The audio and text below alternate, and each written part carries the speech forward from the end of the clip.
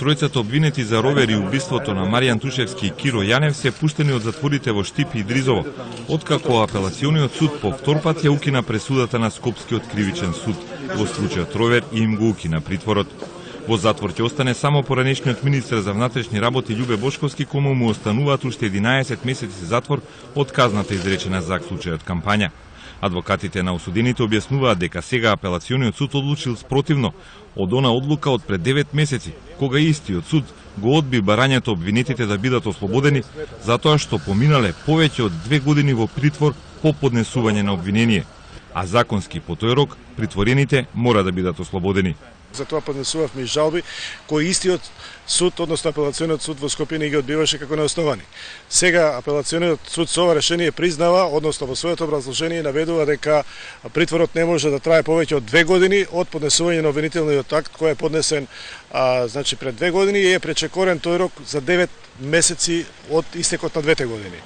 Се уште не е позната причина за повторното укинување на пресудата. Адвокатите претпоставуваат дека е затоа што не се почитувани препораките од првичното укинување на првата пресуда. Адвокатите оспоруваат зошто клучниот доказ во процесот ровер е сведочење на заштитениот сведок, кое се базира на предпоставки.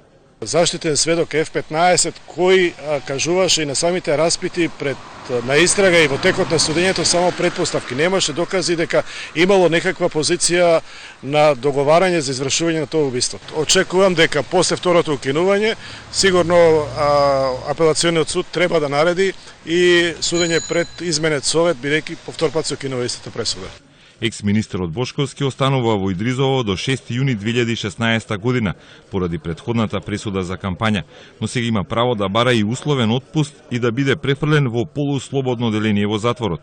За двојното убиство на Тушевски и Јанев извршено 2001, четворица обвинети како директни извршители се од Србија и од Република Српска и никогаш не беше распишана меѓународна потерница по нив, иако 2 пати во Македонија беа осудени на доживотен затвор.